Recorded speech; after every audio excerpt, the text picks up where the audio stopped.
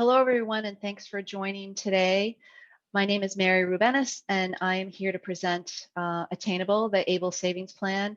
I am going to give you an overview of ABLE accounts, the history, just sort of the basics of the account, how you're eligible, how you can, open one of these, and then just give you some resources at the end that I can share with you. So I'm going to open up my slides.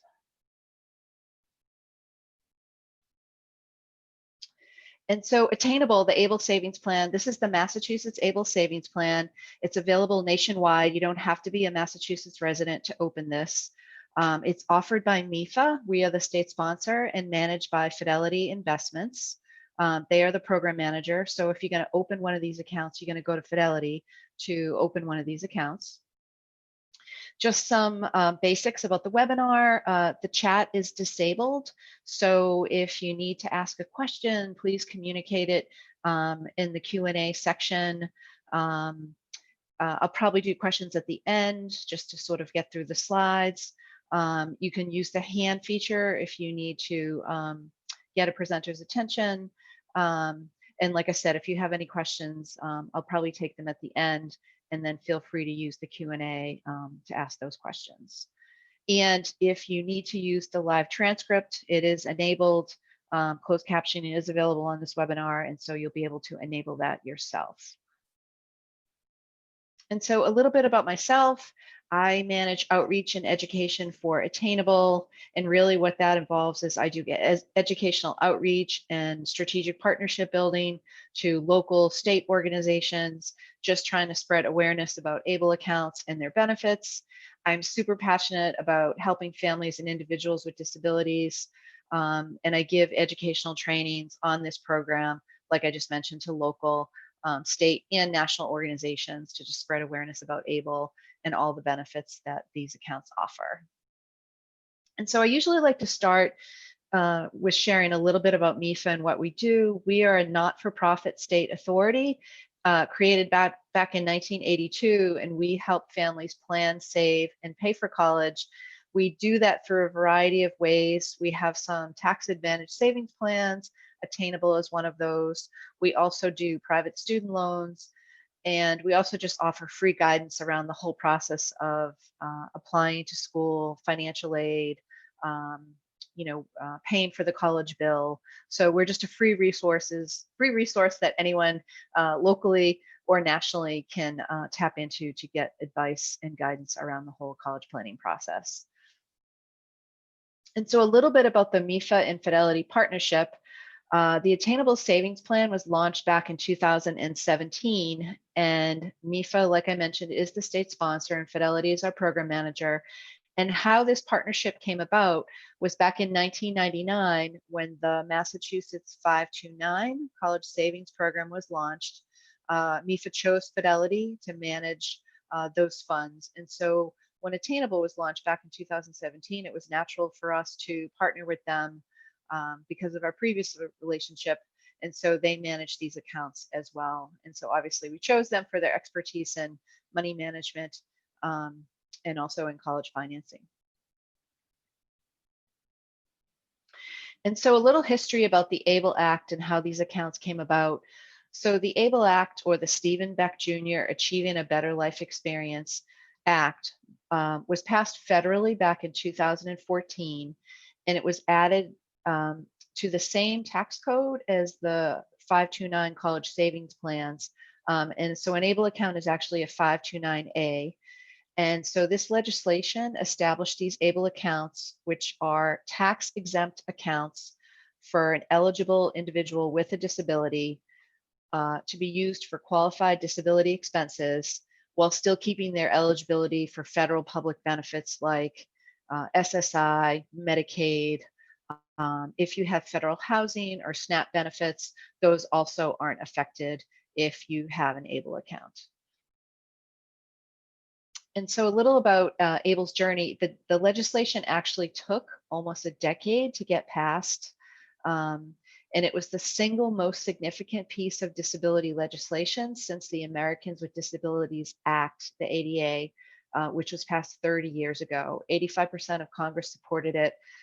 It took almost a decade, and so really a significant piece of legislation, obviously, to pass since the ADA. And so how do you become eligible to open one of these ABLE accounts? The disability has to have occurred prior to the age of 26. And then if that individual is getting SSI or SSDI, they're automatically eligible to open an ABLE account. But even if you're not getting those benefits, but you meet the age requirement and you meet your disability has some type of physical, intellectual, developmental disability that Social Security deems to be functionally limiting, they have a list of compassionate allowances, you would qualify to open one of these. Or the third way is if you meet the age requirement and you're essentially self-certifying that you have some type of diagnosis, a mental health disability, a physical, developmental, intellectual that is functionally limiting and meets Social Security's Blue Book definition of what a disability is, then you would qualify to open an ABLE account. And so some of the qualified expenses for ABLE accounts, this list of expenses is general, but these are the general categories. It's going to be things like healthcare. You can use it for housing, to pay rent, pay your mortgage. You can also use it for education. You can use it for transportation, to buy a car, even Uber and Lyft, use it for that. Assistive technology, employment training and support, personal support services like a PCA, and then lastly, just basic living needs. Clothing, food, you can use it for that as well. I definitely tell people the list isn't exhaustive. There are definitely things that aren't here that would certainly qualify, like if you needed to send your child to therapeutic camp, would that qualify? Could you use your ABLE account for that? Absolutely. Obviously, it relates to their disability. So there's definitely things that are going to be outside of this that, as long as it's intersecting with your disability and is supporting your overall health and independence, you can use your ABLE account for that. It's connected. And so some of the benefits and really why these accounts got passed, and it still exists today, unless you have an ABLE account or a special needs trust, those are the only ways to protect your assets. So if you are getting benefits currently, unless you have one of those two things, you can't save over $2,000 without it affecting your federal benefits. So you have to have an ABLE account or special needs trust in order to protect if you're getting, say, benefits like SSI. The nice also thing about ABLE is that it permits the account to be owned by the individual with the disability. So they are the account owner or the beneficiary on an ABLE account. These accounts are really designed to provide financial independence, financial literacy, really, new investment opportunities for the account owner. And then there are multiple tax benefits that come with opening one of these accounts. And I'll share some of those with you in a later slide. And so some of the features in an ABLE account, and these are the same across the board nationwide in terms of how much you can put in a calendar year. That's going to be the same ABLE plan to ABLE plan nationwide. The total annual contribution you can now put in a calendar year for an ABLE account is $15,000. So that's the max that you can put in a calendar year. If the beneficiary or ABLE account owner is employed, they can actually contribute up to an additional $12,760 on top of the 15 if they're working. And that's called the Able to Work Act or legislation. So potentially they could put in up to $27,760 for this year if they're working. And then the maximum account balance that you can put into Attainable is $500,000. The account can't go over that amount. In SSI, you can save up to $100,000 with no impact on your SSI benefit, which is a huge amount of money that you can save. And there's no annual account fee on an Attainable account. And so some highlights that I usually share that Fidelity offers, they have a lot of great free digital tools that you can take advantage of. And these are some of them that are highlighted here. You're going to choose from a range of investment portfolios when you open your ABLE account. You pick, I'll show you a screenshot of what that looks like. You pick based on risk tolerance and also some are more aggressive than others. Fidelity offers a free cash management account, which is a free checking account that you can link to your Attainable account. It comes with a debit card, fee-free ATM access, and free check writing. The only way to get that is to link your Attainable account to this free cash management account, and then you would use that to pay your bills. And so whether you take advantage of the cash management account or not, that's how the accounts work. You have the money in your ABLE account, and then you would move the money to your checking account, your personal checking account, and then pay your bills. Just keep in mind that once the money leaves Attainable, it's no longer protected. So then it would count toward assets once it leaves. But that's how you would use it to pay your bills. You would move it from Attainable into your cash management account or your free checking or your checking account, and then pay your bills. And then they also have something called Bill Pay, which is an online bill paying service, and then Full View, which allows you to see all your financial information in one place, including Attainable information, any retirement information you have with Fidelity, and then any credit accounts that you might have with them as well. And so just to recap, $15,000 is the annual contribution cap for an ABLE account. Unless the individual, the account owner is working, they can put in that additional amount that we talked about previously. SSI is protected for accounts up to 100,000. So if you get SSI and you're under 100,000 in your ABLE account, there's going to be no impact on that. And then lastly, you can save maximum in Attainable, you can save up to $500,000 in one of these accounts. And so this is a screenshot of what the portfolios look like. They are more conservative and have a lower risk at the top of the chart, and then they get more aggressive with a greater risk, but a higher potential for return at the bottom.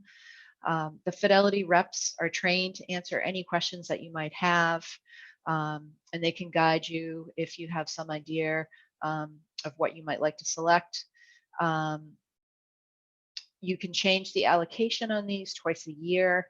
And then just lastly, to get more information on these, you can go to the Fidelity website, and there's a link at the bottom of this screen to do that. And I'll also share the link later in another slide. And so there are portfolio fees on the portfolios that you choose. There's no annual account maintenance fee, yearly fee that I mentioned earlier, but there are investment fees based on your investment portfolio that you choose. And so those fees range from, they're all below 1%. They range from 0.57% of whatever assets are in that portfolio to 0.94% of whatever assets are in that portfolio. These are some tax updates for 2020. The first one is called the ABLE Financial Planning Act. And what this allows is, provided that the beneficiary is the same individual on both accounts or a family member of the other, you can now transfer funds from a 529 college savings plan into an ABLE account without incurring any tax or penalty. So frequently, this would work with siblings if they might have saved, parents might have saved in a 529 and haven't used all the money in that. They could now transfer up to $15,000 from that 529 into a sibling's ABLE account with no tax or penalty. The second one, I talked about it a little bit already, which is this Able to Work Act. And so the legislation specifies that the ABLE account beneficiary, if they're working, they can contribute over that annual limit of $15K into their ABLE account.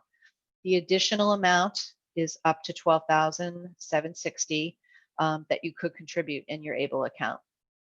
And then lastly, on the FAFSA, if you do have an ABLE account, this is really fantastic. The funds, you don't have to list the funds in your ABLE account on the FAFSA. It's actually excluded. So it doesn't count as an asset. So it's not going to affect your financial aid, your eligibility for aid, which is fantastic. These are some of the resources I mentioned earlier. The first one is the ABLE National Resource Center. I highly recommend you go here to learn more about ABLE. It's ablenrc.org.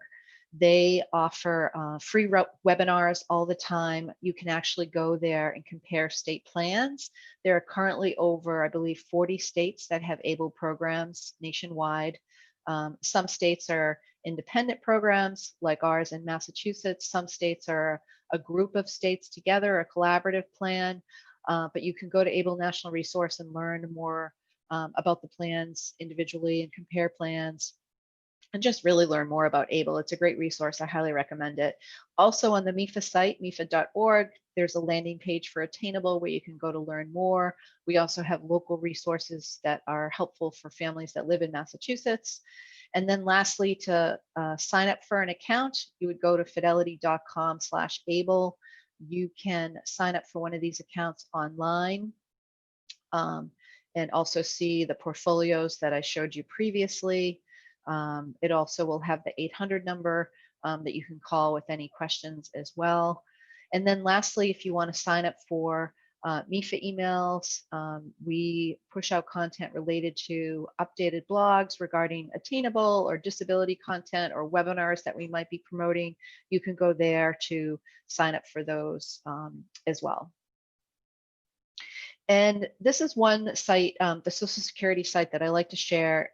It's called the Program Operations Manual System.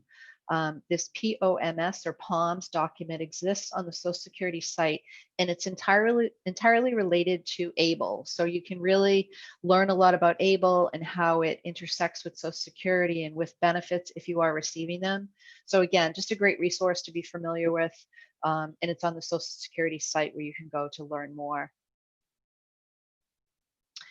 And then this last one popped up during COVID, and it's really a great resource. It's from the National Disability Institute, or NDI, and they actually manage the ABLE National Resource Center, or ABLE NRC. They launched this set of resources to help someone with a disability or a chronic health condition respond to the financial challenges of COVID-19. And so they launched this Financial Resilience Center to help individuals with just virtual counseling, financial planning, or coaching. It's through this Association for Financial Counseling, Planning, and Education. And then they also offer something called LifeSense, which will provide access to online financial wellness training. So you can just go there and learn more, but it's all free of charge. It's a free resource, and it definitely is something that offers great benefit if you're just learning to increase your financial wellness or literacy. Worth checking out. And then lastly, this is my email at MEFA, Mary Rubenis. It's mrubenis@mefa.org.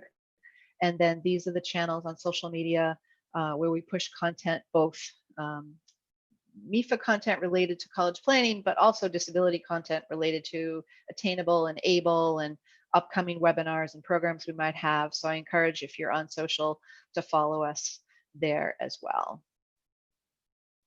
And so I believe that was the last slide. I'm going to just pull out of that and see if there might be any questions. If anyone might have any questions, please let me know. I'll just wait a couple of minutes. If you want to answer, if you'd like me to answer any questions, let me know.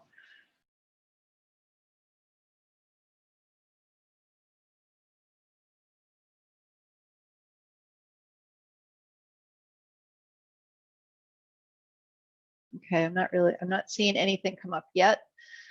So I'll give it another minute or so, but feel free, like I said, to ask away.